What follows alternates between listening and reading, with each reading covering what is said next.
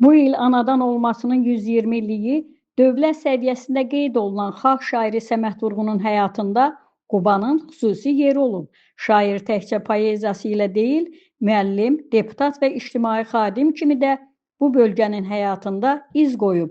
Qubanın təbiəti, insanları və həyat tərzi sonradan onun yaradıcılığında da öz əksini tapıb. Ancaq Səməd Vurğunun Quba ilə bağlılığı bununla bitmir. Biz hazırda Quba şəhərindəki Səməd Vurğun küçəsi 11 nömrəli evin həyətindəyik.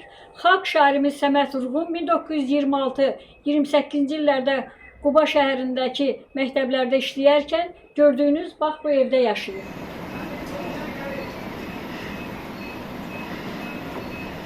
Səməd Vurğun 20 yaşlarında Qubaya gəlib və burada yaşamağa başlayıb.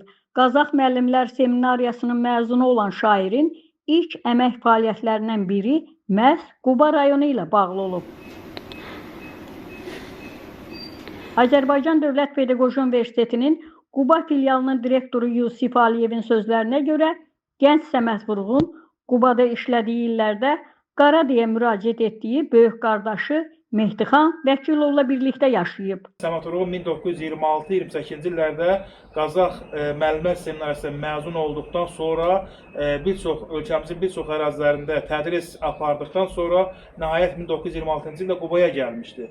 Və 2 il bu Qubada müəllimlik fəaliyyəti göstərdiyi dövrdə, o dövrdə Qubanın ibtidai sinif təşkil olunan siniflərində, məktəblərində Səməd Vurğun çox məharətlə, ustalıqla pedaqoji fəaliyyət göstərirdi. Səməd Vurğun təkcə Qubaya müəllim kimi fəaliyyət göstərməmişdi, töhfə verməmişdi. Eyni zamanda Səməd Vurğunun sonraki həyatının dönəmlərində 46-cı ildən 55-ci ilə kimi Quba Qusar seçki dairəsindən SSR Ali Sovetindən deputat seçilmişdir və Səməd Vurğunun həmin dönəmlərdə Qubaya göstərdiyi böyük diqqət və qayğının nəticəsini Qubalılar, Qusarlılar, bu bölgənin insanları uzun müddət unutmadılar və bundan sonra da xatirələrində, yaddaşlarında yaşadaraq saxlayırlar. Müsahibimizin sözlərinə görə şairin bölgənin elmi və kənd təsərrüfatı sahəsinin inkişafında da mühüm rol olub. Azərbaycan Elmlər Akademiyasının vitse-prezidenti olduğu dönəmlərdə Səməd Vurğun Qubada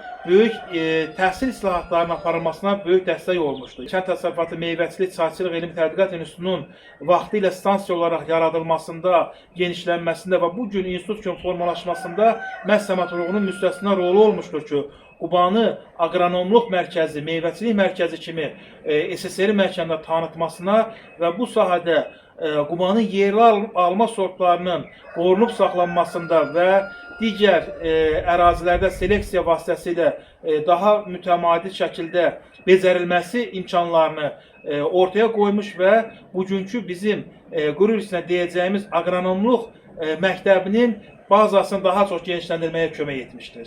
Bugün Quba şəhərində şairin adını daşıyan küçə, xatirə lövhəsi və barelyefi yerləşir. Lakin uzun illərdir yenilənməyən bu lövhə köhnəlib. Üzərindəki yazılar isə Kiril əlifbası ilə olduğu üçün oxunması çətinləşib. Məsələ ilə bağlı Quba şəhəri üzrə icra nümayəndəsi Rüstəm Məmmədovla əlaqə saxladıq. O bu vəzifəyə cəmi 2 ay əvvəl təyin olunduğunu və yaxın günlərdə Səməd Vurğun küçəsindəki xatirə lövhəsinin və barelyefin yenilənməsi istiqamətində işlərə başlanılacağını deyib. Aytəkin Alxaslı, Vüqar Ağayev, Bizim Media, Şimal Bürosu.